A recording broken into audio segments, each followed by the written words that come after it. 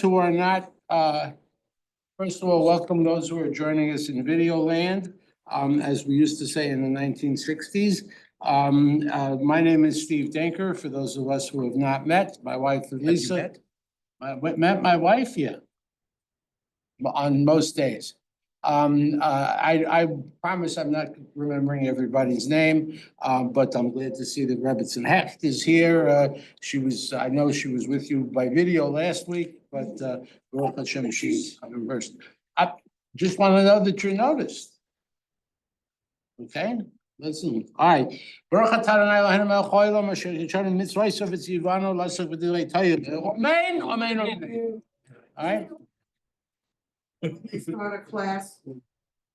No, that's what I told me as a No. kid. Well, I don't know. I'm not responsible for what they do. They might, who knows? I mean, I know we used to bang on the table a lot. Talking about the Talmud. Were stronger. I'm talking about the Talmud. All right, I'm not important to talk about the past. Now, Oh, then throw this away. no, this is the present. This is the past, the present, and the future. It's the way to think. If you don't understand that, then you're not, I mean, I will be what I will be. every word has all of its secrets in the universe. And the good morning, good Shabbos. I know that last week Rabbi Litovsky, you finished up the book, all of us Jews around the world, finished up the book of Exodus, the book of Shemot. And I know that last week Rabbi Litovsky kind of did a retrospective of the book, which is certainly an appropriate way to do that with Pikudei. By happenstance, Rabbi Litovsky and I did not discuss it, although we talked. My plan for this morning is to, rather than look at Parshat Vayikra, the first Parsha in Vayikra, is to do an overview of Vayikra, but from a particular perspective, which is, and I'm going to show you how I got to that perspective, or how we should get to that perspective, by looking at the first item in your packet, which is from the Mishnah. I admit that the cut and paste here is not as clean as it should be, so we may have to work through it a little bit. I'm gonna work mainly from the English, but if you have questions from the Hebrew, those of you who are reading the Hebrew, and I'm going to reference the Hebrew from time to time, but if you have a question from the Hebrew, please feel free to bring that up, all right? But I think for everybody's convenience, I'm going to work mainly from the English, if that's okay with you. And I'm going to say how that works in about 2 seconds. If we go to the Mishnah Megillah, what is the Mishnah Megillah about? What? The Megillah. No, okay. The word Megillah, what's means Megillah? If I slip into some strange language, please, sometimes I do that without knowing. The Megillah means a scroll. Scroll, right? What's the word for a wave in Hebrew? Gal. A gal, okay, gal or gal, okay. What's the word for a wheel? Gilgal. Oh, Gilgal is a circle. Galgal is a wheel. So the 2-letter root, all right, Gimel Lamed, has to do with something that is circular. All right, that is circular. And of course, our ancestors who pre-bound books, our ancestors called Galgal anything that came in a scroll, which was everything, all right? We're accustomed to having a Megillat Esther in a scroll. We're accustomed to having a Torah in a scroll because that harkens back to the ancient authenticity. I'm not going to go into all the symbolism there, but for our ancestors 2,000 years ago, anything written down was a Megillah. It was a scroll. I mean, think of the Dead Sea Scrolls, right? There's all kinds of literature in there. religious, business, whatever. It's a Megillah. The tragedy, of course, is that most ancient Megillot don't survive. Because of what they're made of. But so Megillah, the Masechet Megillah and the Mishnah and the Gemara, that means scrolls, which specifically means liturgy. Right? It's in Masechet Megillah that we find most of the things having to do with, not everything, you were all learned and you all know that there's no purity in the Talmud, right? I mean, subjects float into each other and things show up under titles that you wouldn't expect, because they're not thinking like Aristotle. We think like Aristotle in categories. The Gemara doesn't. Thinks in categories, but they're different. Anyway, so Megillah has to do anything. For example, the debate of whether or not Esther should be included in the canon, right, is in Masechet Megillah. All right, the question of is it a holy book, holy Megillah or not? But Megillah here is if I were living 2,000 years ago, which my children claim I was, if I was living 2,000 years ago, I would call everything a Megillah, right? So that's Megillah. So just this is the early. I picked this one only because it's the first one in the rabbinic literature. There are thousands and thousands of more examples of this. On Pesach, the congregation reads from. So this Mishnah Megillah gives us our first understanding of the Jewish lectionary. On the first day of Passover, the congregation reads from the portion of the festivals from, and what does the Hebrew say? Here I'm going to go back to the Hebrew, which is underlined and bolded. Torah Kohanim. And Leviticus, on Shavuos, they read a portion of 7 weeks. So this is giving us our lectionary. It's telling us what portions we read on what holidays. And on the seventh day of the first one, on Yom Kippur, again, simply giving us the schedule, giving us the Torah readings. Some of our selection of readings goes back this far. On the first day, I'm in the last 3 lines. On the first day of Sukkot, they read from the portion of festivals that is in Torah HaKohanim. Actually, in the English it says Torah HaKohanim. The Hebrew says Shabbat Torah Kohanim. It doesn't have the Hey HaYidiyah there. Doesn't matter that Hey HaYidiyah in the rabbinic literature comes and goes. Just like Hay's at the end of a word, come and go. But the idea, so one of the the early rabbis called this book that we call Vayikra or Leviticus, they called it Torah or Torat Kohanim or Torat HaKohanim, right? The law or the teaching of the Kohanim. Other 4. That's a great question.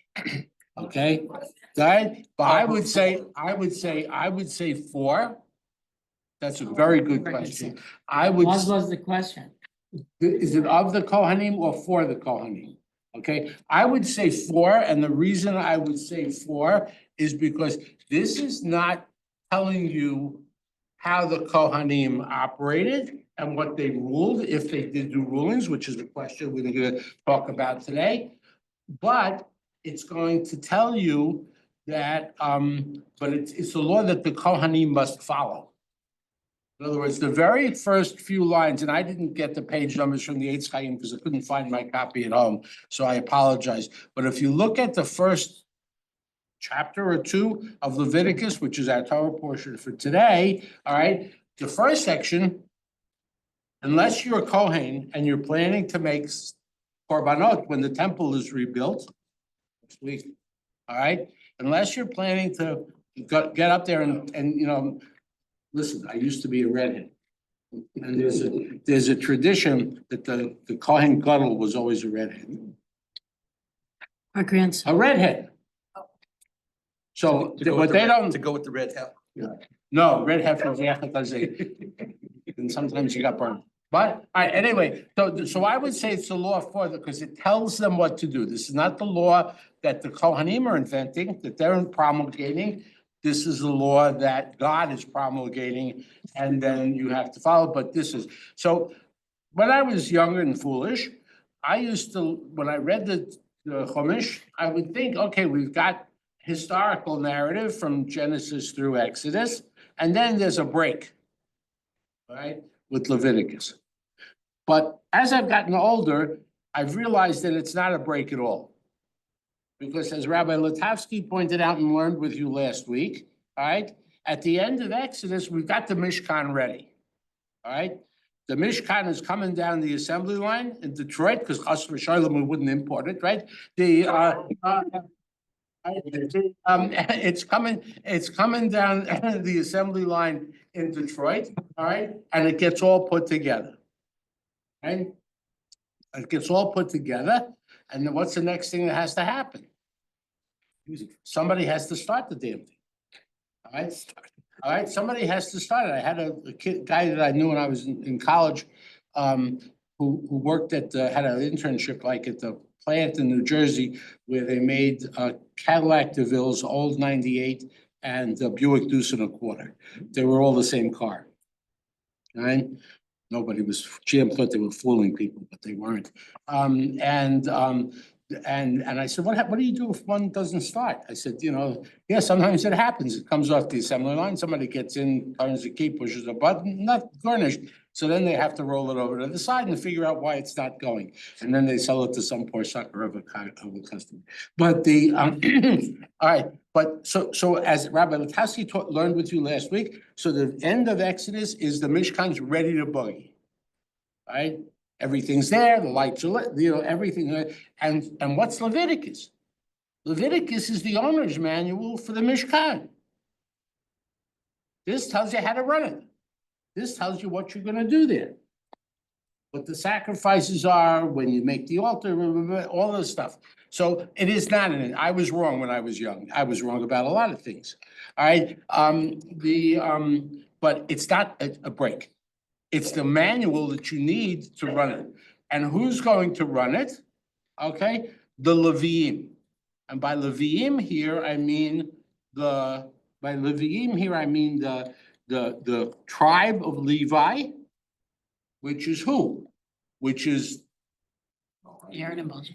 is who? Moses and Aaron. Is the Kohanim and the Leviim, right? Because we'll talk about the exchange, we may or may not talk about the exchange as we go along, but this is the law of the Kohanim, or for the Kohanim, that is going to apply to how we run the Mishkan. Right? So everything we've got about the role of the Kohanim. So then that gives us two questions. One is, what did the Kohanim do, and who were they? Right? What did they do, and who were they? Right? Neither of these questions are clear. Neither of the answers, I should say, are clear. All right. First of all, who were they? Let's do this a little different. Let's do this, and those of you at home, you're welcome to chime in. When I say to you Kohanim, let's just do a little quick cycle thing here. You don't have to tell me your secrets, all right, or your PTSD problems.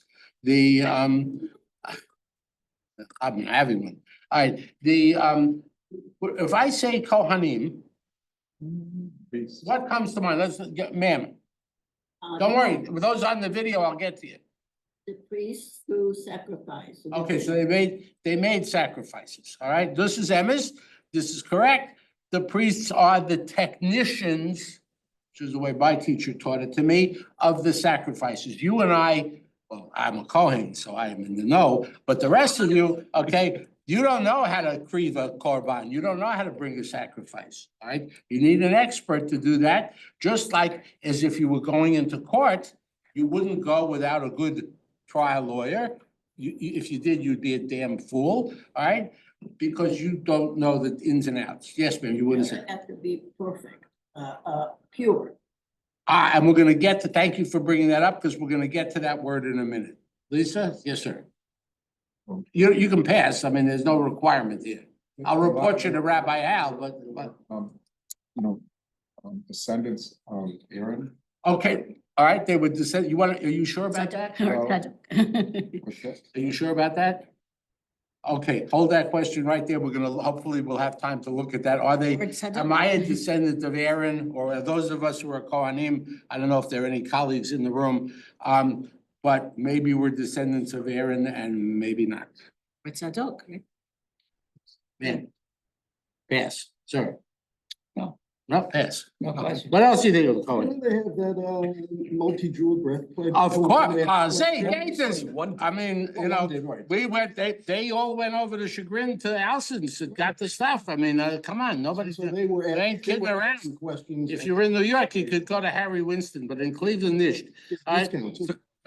Bill, you're saying they knew how to run the Ouija board. Right, right, so they had, but they had a uniform. Right.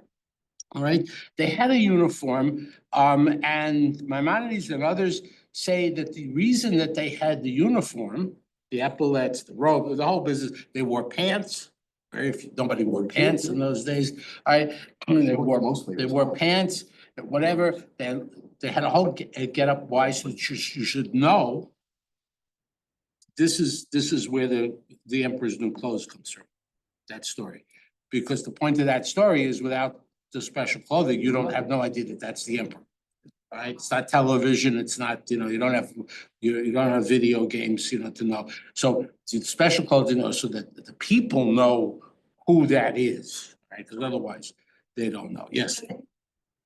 Yeah. Sir? Ma'am? They do this special hand. Open. Okay, maybe they did that, okay, maybe they did that and maybe they didn't, okay? Because the Torah does say that they have to bless the people, all right? They were given a word. There's a but not line, this- but where does this come from? Other than Leonard Nimoy Alav Hashem. Park Synagogue, they have it. Yeah. Yeah, That is. I think they have it so when you come in, they can go. all right, so there's a line in the Psalms, that I didn't bring for you today that talks about the Kohen. Anybody ever go to a Greek Orthodox or an Eastern Orthodox church? Okay, what's the shaykhs, what's the difference between an Eastern church and a Latin church? One of the differences, a lot of differences, but what? The crosses are different. The questions are different, what else? Priest is behind a screen. Okay, so in a Greek Orthodox church, and in many Orthodox churches, the priest, when he's doing the mass, which is the equivalent of a korban, all right? Except they're sacrificing a person. Okay, that's a whole other issue, all right? It's cannibalism if you think about it. This is coming from a person. All right, anyway, I'll tell you where that comes from. But, all right, if it's his body and you're eating it, there is an issue there. All right, is that in a Greek Orthodox church and to a lesser degree in other Eastern Orthodox churches, the priest, when he does the mass, is behind what's called, we call the hypostasis, all right? If that's a Greek way, all right? Kind of like a parochet, right, you're right, okay, that you don't see what's going on. Like a mechitza. No, but it's between the oilem and the priest, Okay. okay? It's not between men and women, it's between the oilem, although churches did have mechitzas. Up until the modern world, a lot of churches separated men, that was not uncommon. But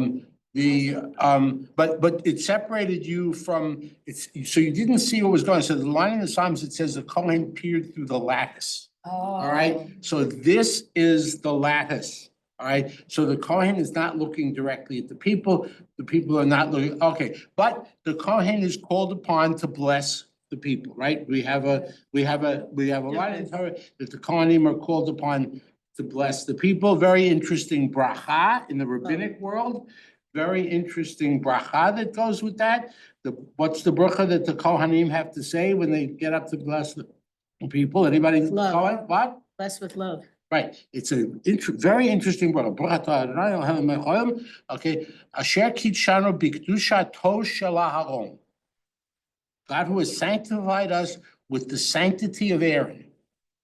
So the individual, I don't know if you're duchen in this congregation. No, all right. So where they duchen, and you should have Hal, do it once or twice. I wouldn't tell them what to do, but all right. I don't tell anybody what to do anymore.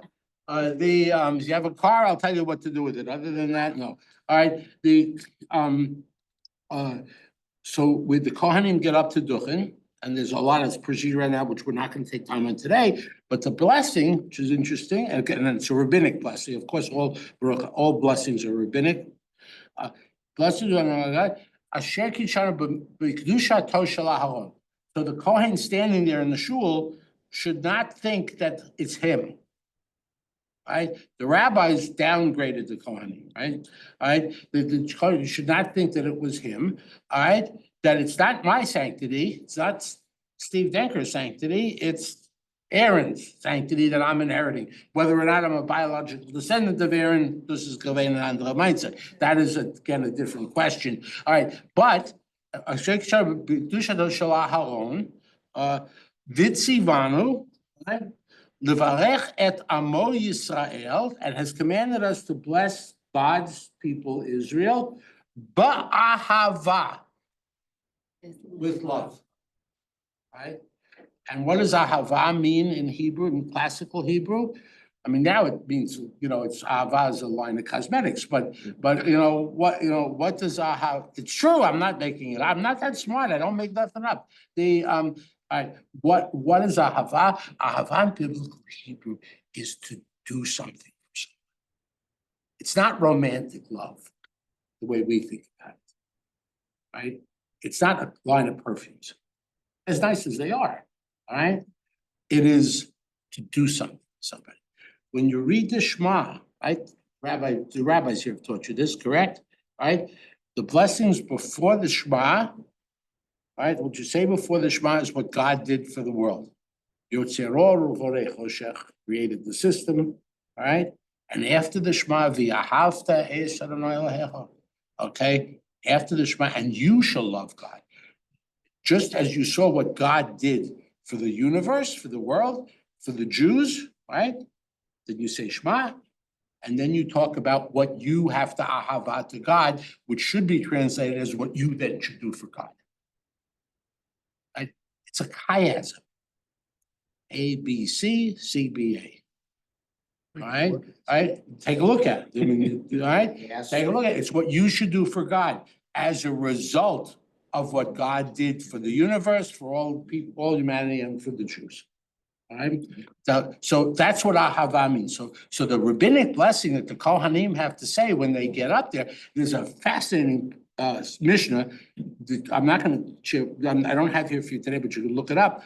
In Mishnah Yoma. Mishnah, what's Yoma? Day. Huh? Yoma's day. What's Yoma with an aleph at the end? It's Arabic. It's Aramaic.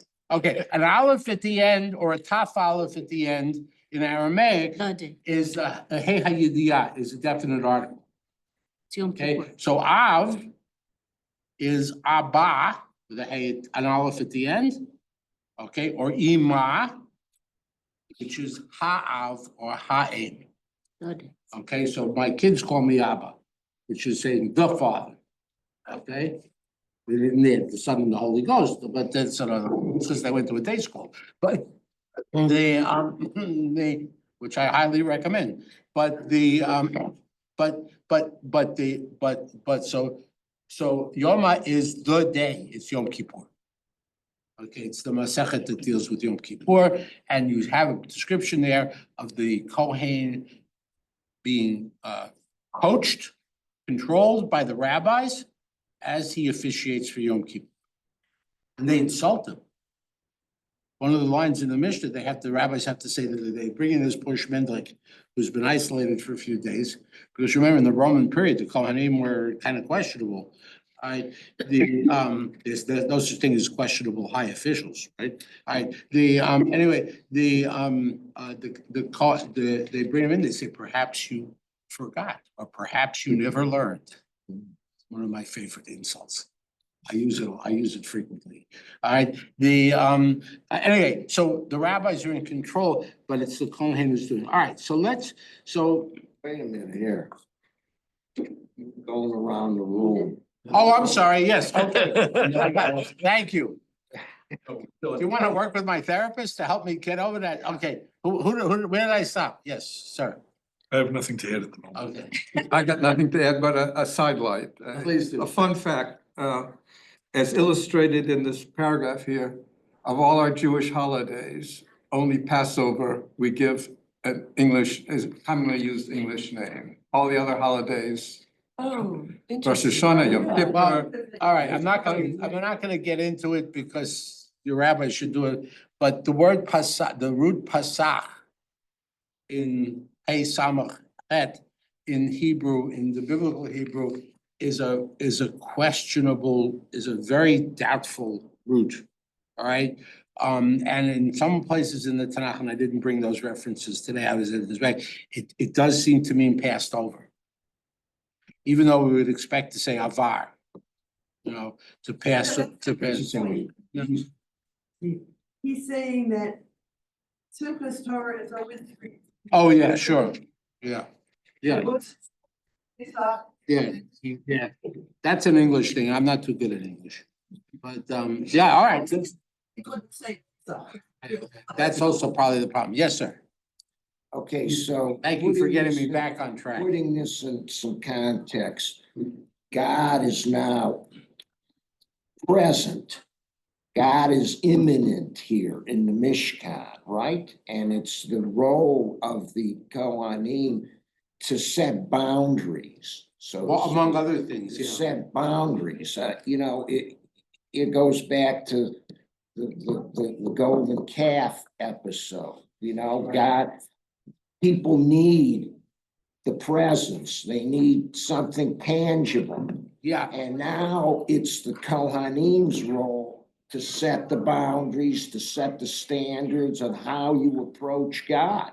I think that's part of it, and and that's also attached to the idea that I mentioned of the Kohanim being the technicians of the sacrifices, because getting in touch with God is not something that you do lightly, Right, all right? And coming in contact with God is dangerous, all exactly. right? So It's you dangerous, need- so you're careful. How many of you, Words. how many of you have had EVs or hybrids? You have an EV, an electric vehicle or a hybrid? You have a hybrid? What do you have, sir? A hybrid, Which one? Toyota Camry hybrid. Good one. Actually, that's the same hybrid system that Mazda's using. Mazda's coming out now with a hybrid, and it's a Toyota system Yes. that they're buying. All right, did anybody tell you not to go near the orange wires in that thing? It has orange wires in it, right? Yeah. Yep. Did anybody, More you know why? dangerous now, they. You know why? Because those are the high voltage lines. Okay, the orange cable in your car means don't touch it yourself. All right, somebody with the right equipment and the right knowledge has to monkey with that for you. Do not touch, please don't touch those. Not on Shabbos, not on weekdays. All right, not for Pesach and not all year round, as they say in the rules. All right, Now No, is a Tesla. all right, I'm not getting into that. Yes, ma'am, I'll place would go. But there was. Bus credit. There were no requirements, they. The name has. They had a miter, they had some kind of a hat.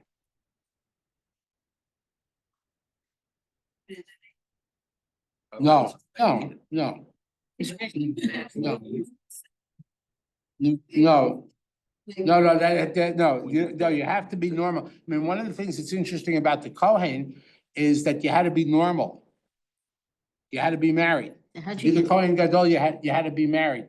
And the section that I referred you to for Yoma, which you should have your rabbis teach you before Yom Kippur next year, all right? The section that I teach that is about, it says that if the Kohen, the guy who's gonna be the Kohen Gadol on Yom Kippur, notice I don't look at it as a permanent office, at least not in the rabbinic literature, that they have to have a second, he has to be married. So they have a backup wife ready.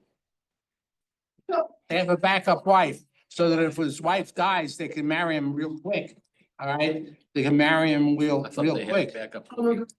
They had a backup of that too. Yes, let me get to the screen. You know, there's another What? to that. What? Solution is some other religion that came after us. You are allowed to have How many? No, you can have Four four, wives. yeah, but not everybody That's can it. afford that, but it's only if you can You afford know, it. I got news for it's you. ready at all times. Until 1957, you were allowed to do that in Judaism too. 1957. 1957. What's special about that? What happened in 1957? Somebody came out with a. First of all, it was, I may have been earlier. 57 is the first year I ever came to Cleveland. Okay. Okay, 1957. And I went, it was the first time I ever flew in an airplane. When I came back from LaGuardia a couple of weeks ago, some visiting family in the study in New York, I said to them, I said, I was here in LaGuardia to Cleveland in 1957. They didn't remember me. I was flabbergasted. I was there in 1945. Listen, let me give the people on the screen. Yes, sir, I see your hand is raised. Well, I would comment about the orange wire. If the Kohen doesn't do things exactly right, he'll die. You got it. That's the point. And so it's really a dangerous occupation. Right, exactly correct. That's why you didn't bring your sacrifices, because you could get zapped. Exactly correct. That's why I bring up the high voltage wires in modern cars. Okay, you don't do it right, bingo, you're done. Anything else? So what happened in 57 Huh? regarding the four wives? I could be wrong on the year because I don't remember numbers. That's why I'm not an accountant, but. Okay, so. Who said that? Rabbeinu Gershon is in Europe. Okay, so Ashkenazi Jews, Rabbeinu Gershon in the 12th century said that you could only marry one. All right, because it was Chukas Hagoyim, because the church only allowed you to marry one. The Pope could have mistresses, but he could only marry one. Watch the Borgias. Anyway, but the Sephardic Jews, the non-Ashkenazi, the Sephardim in the Edot HaMizrach, continued to have multiple marriages, all right? They continued to have it until the state of Israel came in. It may have been 57, may have been earlier, I may be wrong on the date. But the state of Israel had the problem at the beginning of the state, you had Jews who came from places like Yemen who had multiple wives. All right, and I have friends whose grandparents were like that. And eventually the Israeli courts ruled, it was a ruling of the Israeli Supreme Court that the marriages that were legal and came from wherever they came from had to be recognized. Regardless of how many, but no more. But in the state of Israel, you wouldn't do it. So that's really what finally outlawed polygamy in Judaism, but until the 1950s, you could do it. If you were smart, it came along with eating the oat. Okay, there's some scientist, somebody who's more of a scientist than me has to do a study of the relationship between polygamy and kitniyot. Yes. They ran out of food, they needed whatever they could get, so they used it. Whatever, all right. right. Also presented a problem with all their wives. That's a whole other problem, but I'm not gonna go, I don't wanna get into Ethiopia because I'm having enough trouble with high voltage wires. Okay, yes, anybody else? All right, so let's talk, so what I'd like to look at now, all right, is what if we have time, is what the Kohanim did this year. What the Kohanim did, so it won't go to waste, you're gonna take it home and study it with your grandchildren. All right, is what the Kohanim did, and if we get to it, who they were. All right, so let's take a look at the first text, which is Vayikra 13. I promise you I wasn't gonna stick to this. Torah portion. 13, all right. And here are the laws that you all have heard of, if you haven't actually studied them, of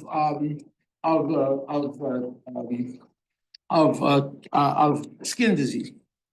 Right, I'm gonna go from the Hebrew here for a little bit. The English is on the back page, on page number 2. God speaks to Moshe and Aaron, so Aaron's a part and parcel of it. Adam ki be'or basaro se'et o sapachat o vaheret v'haya be'or basaro l'nega. So okay, so somebody has some kind of a skin disease, all right? V'huva el Aharon haKohen o el echad mibanav HaKohanim. So he is brought to, that's a passive verb, all right? He is brought to the Aaron, the Kohen, or one of his group. Right? One of his sons or one of his group. The word, but we mistranslate this all the time, especially for the caterers, for B'nai Mitzvah. A ben can be a son. It can be a child in general, male or female, all right? Or it can be a member of a group, all right? All right, you all have B'nai Bayit, all right, the members of the household, okay? That's the husband, the wife, the children, the grandchildren, the dogs, the cats, the servants, all right? That's B'nai Bayit, the members of a group, all right? When you see the translation, Benot Yerushalayim, Benot Yerushalayim, what does that mean? No, Suburbs of it means Pepper Pike. Because Jerusalem is. It means the group, the cities that are in the group, the Jerusalem metro area. But Suburbs. Female, that's why. Right, well, all places in Hebrew are female. Whether they are, don't ask me to get into that, okay? They're all female. So Benot Yerushalayim, okay, means the metro Jerusalem area. That includes Pepper Pike. Includes Beechwood too. All right, that's what it means. It doesn't mean daughters of Jerusalem. It means the metro area. Those are bad translations. All right, what's that? Light? It's a plural. No, Ben. plural of bat. Or banot, but it's ben. It's not the plural of bayit, it's the plural of ben. It's B'nai Yerush, but it's Benot, it would be B'nai Yerushalayim, the members of the Jerusalem, but all places, as Sheila pointed out, excuse me, Rabbi Zenek pointed out, it's all places in Hebrew are female. I grew up in New York, I weiß nicht from ships. Only two things went in the river, Sheila. Okay, okay, what? I said Moses and who else? No, where I come from, it was your enemies in the garbage, you know. The first day I passed, I'm sorry, reading the wrong text. All right. Okay, I'm in verse 3. I'm gonna go back to the English. This says it shall be reported to Aaron. That's not what it means. The person should be brought to Aaron. The priest shall examine the skin and the hair and so forth and so on, and he makes his diagnosis. It is a leprous infection, and by the way, we don't know what these diseases really were. Some kind of obvious skin disease, but we don't. We just stop. Anybody tells you what they know these terms meant in terms of what actual skin disease it was, that is a person who is a lot older than I am. Why are they always concerned about leprosy? Okay, all right, okay. It appears to be, let me go on for a minute. Appears to be deep in the skin body. It is a leprous infection. The priest shall see it. He shall pronounce the person, and now go back to the Hebrew, okay? V'timeoto. He shall pronounce him tameh. I'm not gonna use the English, all right? So the two words in Hebrew are what? Tameh Tahor. and tahor, right, okay, which we generally translate as pure and impure, all right? But the question is, and we usually associate this purity or impurity with what? Nida. A nida makes you tameya. Right, that does make you tameya. But what does tameya mean? Ineligible to pray. All right, it's the opposite of tahor.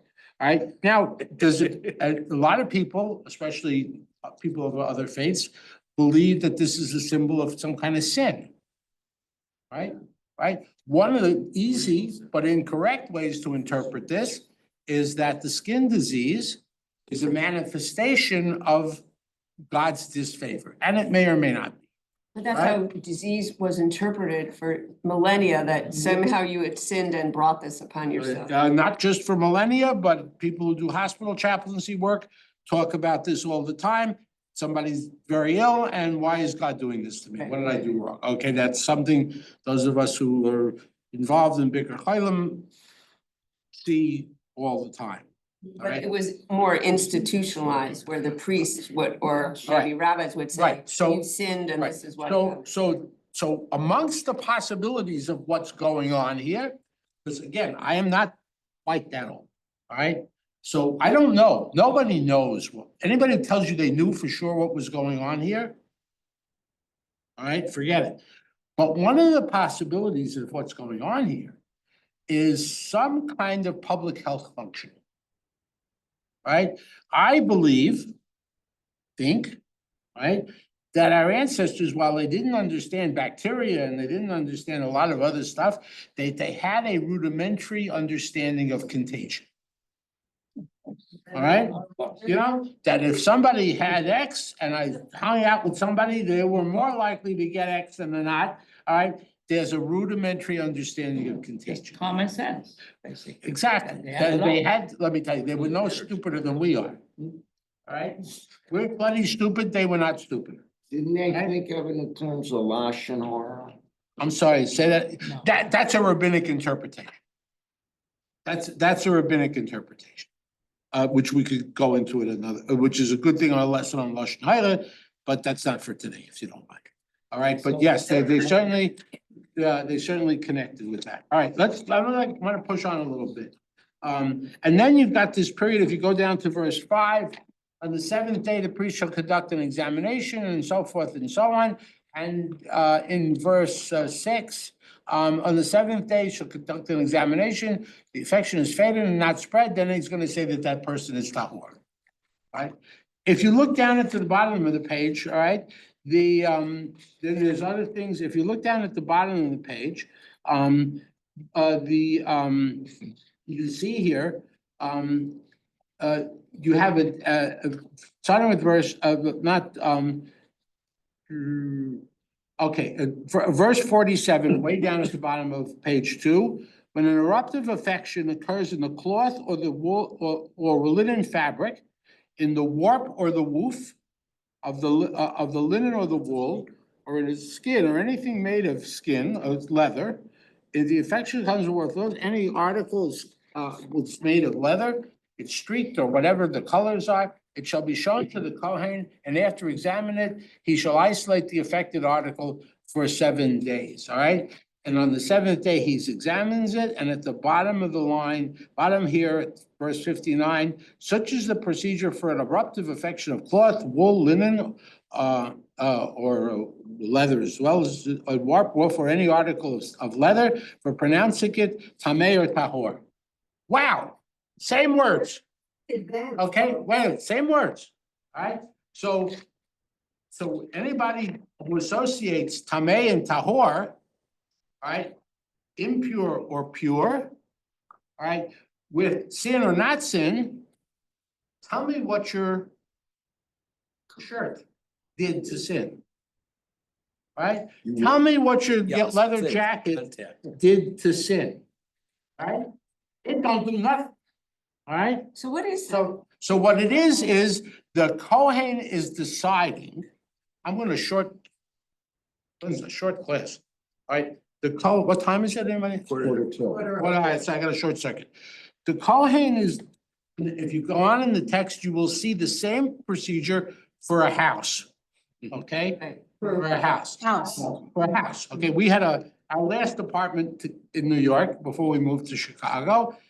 Was the owners of the brownstone, that we had the ground floor apartment, were fundamentalists of some sort or another, I don't even remember. That nice, fine people, good landlords, but they were some kind of fundamentalists. And we had dry rot in the wall. And I showed it to him with this Leviticus, which upset him very much, all right? You know, the guy was like, oh, you know, what's the, what? Yeah, tear down their house. I said, he's a fundamental, here is what it says, you got a nigger, but, all right, but again, the house didn't do anything wrong, all right? But, all right, so tameh and tahor, I'm gonna short circuit some of the discussion.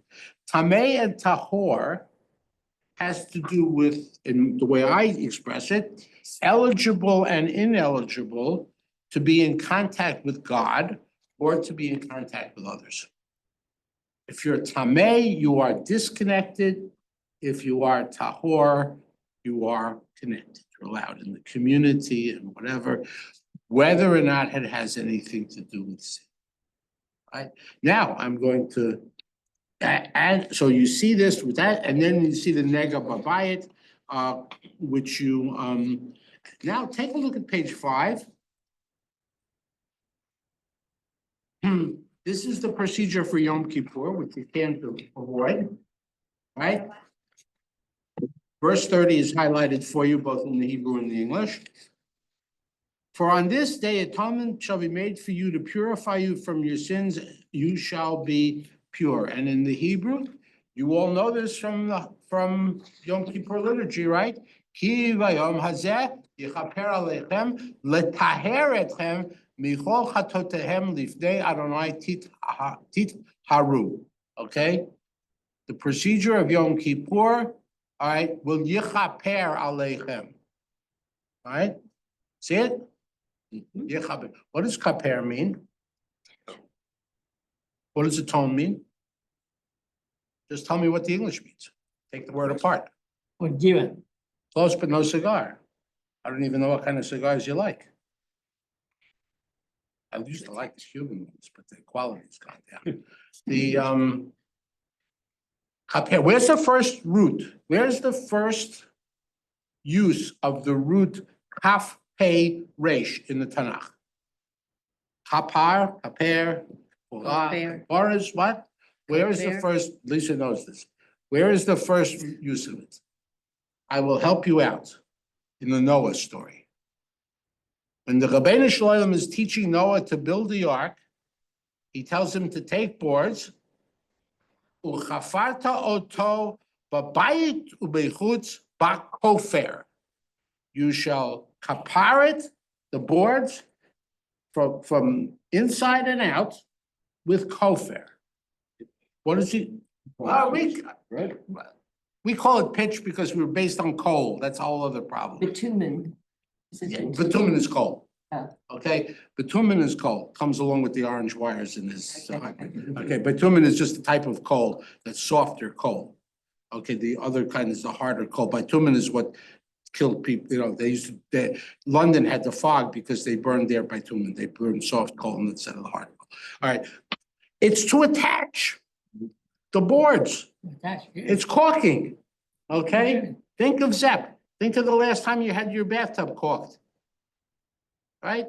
He's telling Noah to caulk between the boards, which we all know was done even thousands of years ago when they made boats. They know because they dig up these boats, they find it, okay? You caulk it, okay? It means to attach. Same in English. What's the word atonement? I challenged you a minute ago. At one meant. Oh. Okay, yes, at one meant. Huh. Okay, to make it one. Even in English, it's a zelbazach. It's the same thing, okay? That's atonement, right? So atonement means to attach, or more specifically, to reattach. To repair, yeah. To attach, right, To read. right, to attach. Be brought back into the community. Right, There you so go. you get reattached to the community, you get reattached to God. The Kohen's job, unlike the Christian misinterpretation, all right? I'm not friendly, right? The Kohen's job is not to say stop, but the Kohen's job is to bring you back. Think about it. Somebody is sick in their tent or in their house, and the first thing that happens is the local Kohen comes to visit them. Okay? This is like your rabbi coming to visit you when you're sick. It's Bikur Chaylim, all right? And the reason he's there, his goal, I mean, there is cases where the Kohen has to say, sorry, we can't let you back in. You're a leper, all right? But the idea is to attach you, so the whole sacrificial system, all right, is there to reattach you. It's not to stay out, it's to bring you back. What? Practice now, right? Well, teshuvah means, I mean, look, I give a talk on, it's an automotive talk, okay, on steering, alignment, and suspension. All right, and that's actually a high holiday toilet. Okay, because we want to make sure that we are steering in the direction that aligns us with the God who hopefully will suspend judgment. That's the whole sermon. That's the whole sermon, okay? All right? All right? Independent suspension is fine too. It's been around long enough. We've learned how to deal with it. Independent suspension works as long as you have a constant velocity drug. As long as you don't touch the orange wire. In this verse, I'm looking at it as a whole verse instead of a phrase at a time, and I'm thinking that the yikaper is really detach yourself from your sins to make you whole, to make you That's a pure. nice midrash. That's a good midrash. You have to detach from the sins to get attached back to God. I love it. Great sermon. Tell Rabbi, no, I'm serious. Tell Rabbi, no, No, that's a give it to great, Rabbi it's not, no, seriously, it's a great, that's a great midrash. That's a great midrash on it. Okay, that's a wonderful sermon. It really is. All right? What you have to detach from to get attached to. Beautiful. I love it. It's not what the text says, but it's a great sermon. Okay? It's two different things. I mean, all right. Now, if you go on, the next section, which we're barely gonna have time to do, is arifin. Okay, what's arifin? I'm gonna tell you this one. If you don't, do you mind if I just tell it to you? Arifin is assessments. Right? You just got them, right, for our real estate? Right? Assessments. So there. Can be iron or bad. Yes. Like There's a Florida whole, Dean. there's a whole, sorry, ma'am? Barak, right, Barak, approximately, exactly correct. Barak, approximately assessing it, whatever, okay, exactly, thank you. But Arifin is a whole, Masechet, it's a whole, tractate in the Gemara. And it has to do with assessment. What are we assessing? Right, there's a couple of things. First of all, we're assessing people. Offensive to the modern mind, I know, but we're assessing people. If a person was pledged, whatever, how much is a person worth? Sex is, there's all kinds of issues with it in the modern world. We don't like this, okay? But you gotta assess it. When you had to have an assessment of a person, and I'm gonna let you read these texts in your very own home or during the service, if you don't want to listen to the speaker. Shh, I didn't say that. All right,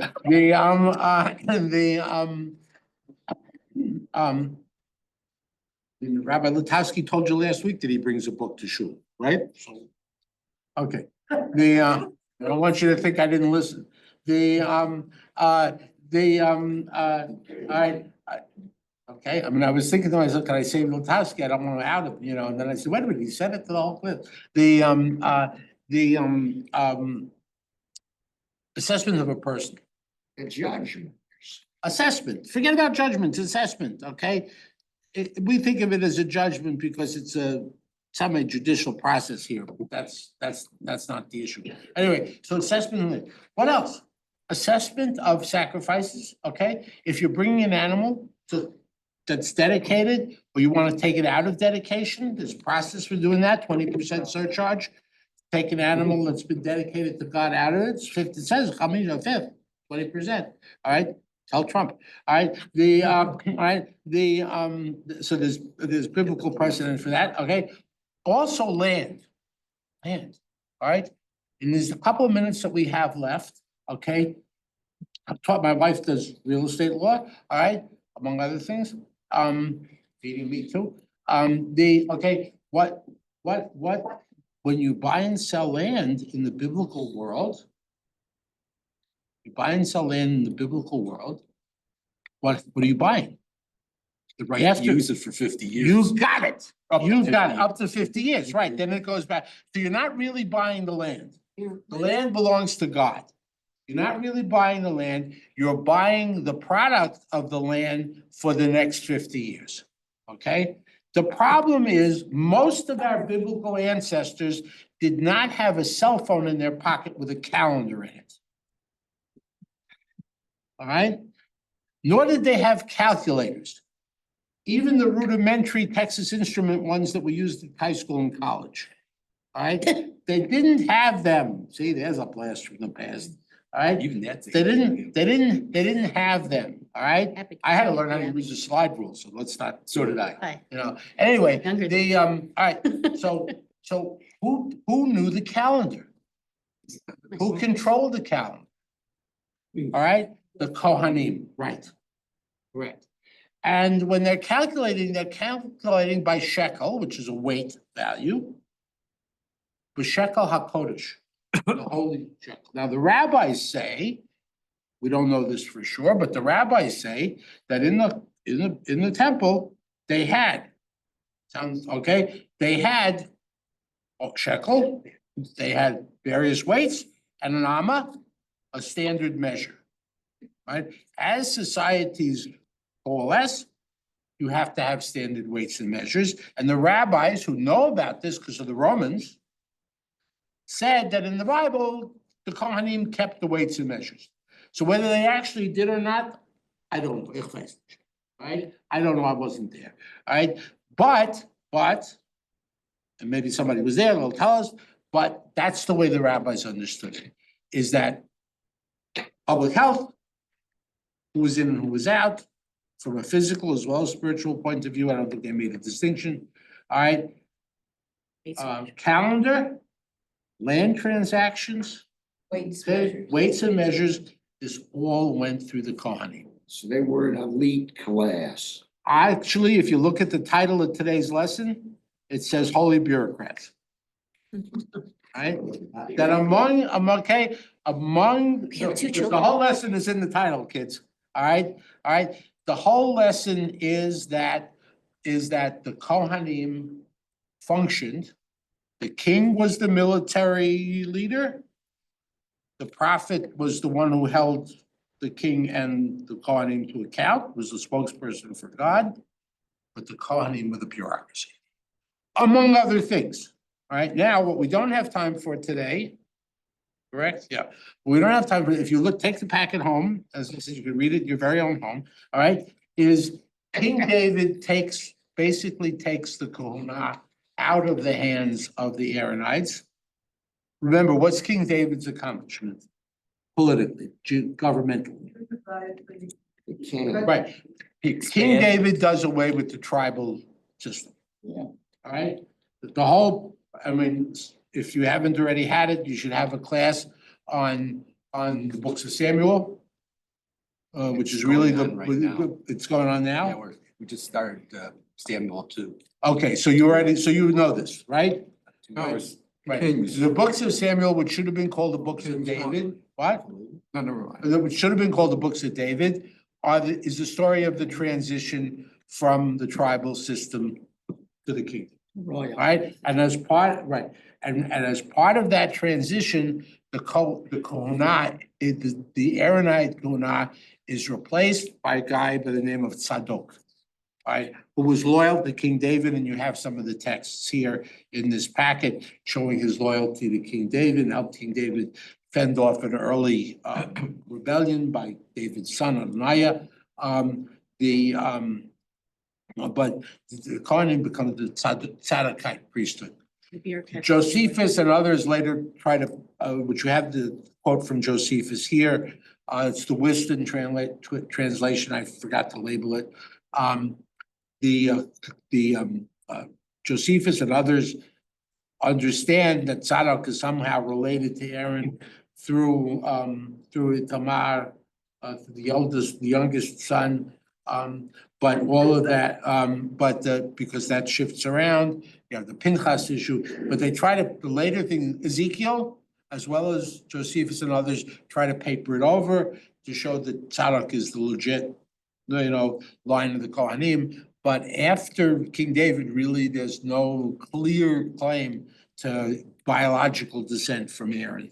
But it's from this guy Tzadok, and this priesthood, the pro-priesthood party, all right, during the Hasmonean period, when you have the rabbinite priesthood split, right, the rabbi priesthood split, okay, the Perushim, the separatists were the early rabbis of the pro-rabbi party, and the pro-priest party is called the Tzadukim, the Sadducees, which is Tzadok. Okay, so whether they were truly descendants or not, I don't know, I didn't run their DNA, but that's it. So priesthood, functionaries, public health maybe, certainly deciding who's in and out, which tahor and tameh doesn't mean clean and unclean, all right? It means attached and unattached. Their purpose is to reattach you to the community through a process that results in kapara, in caulking you to the community. I don't want to make you think of yourselves as a bathtub, but all right, the caulking you to the community, and as we go along, they are the functionaries, the bureaucrats, Bureau of Weights and Measures, land assessments, calendar control, controlling the calendar and so forth. So thank you very much. Yes, sir. There's kind of like like a democratization of holiness. Correct. Leviticus, right? So Right. it's just like, Correct, and ultimately- that everyone, I am whole, you shall be whole. Right, you're a priest of Kohanim. You're So that kind of. you're a nation of, right, but everybody is got responsible for this, all right? For obeying the law, and for enforcing the law and playing by the rules. I brought you some quotes in the Talmud as well. The deference that we show to Kohanim in congregations where they call a Kohen first. We were at our son and daughter-in-law's congregation last Shabbos. And I got the first Aliyah because I'm a Kohen, right? Why does they ask a Kohen to do the Birkat Hamazon, whatever, is according to the Talmud, quote, and you have a text in here, Mipnei Darkei Shalom, just to keep the peace. So that you don't have a fight over who's got the first Aliyah, you give it to the Kohen, good, bad, or indifferent, and that shuts everybody up. Which no modern. Doesn't. Anyway, I want to keep to my commitment to end on time. Thank you very much. I'll get the Shabbos, a cushion, a flavor of the Pesach. Yeah, well, he's retired from the rabbinate. He's taking classes at IC and autumn camp, which is like, that's about your orange wife. Said Emmanuel over here. Yes, for 18 years, but. Okay, I'll tell you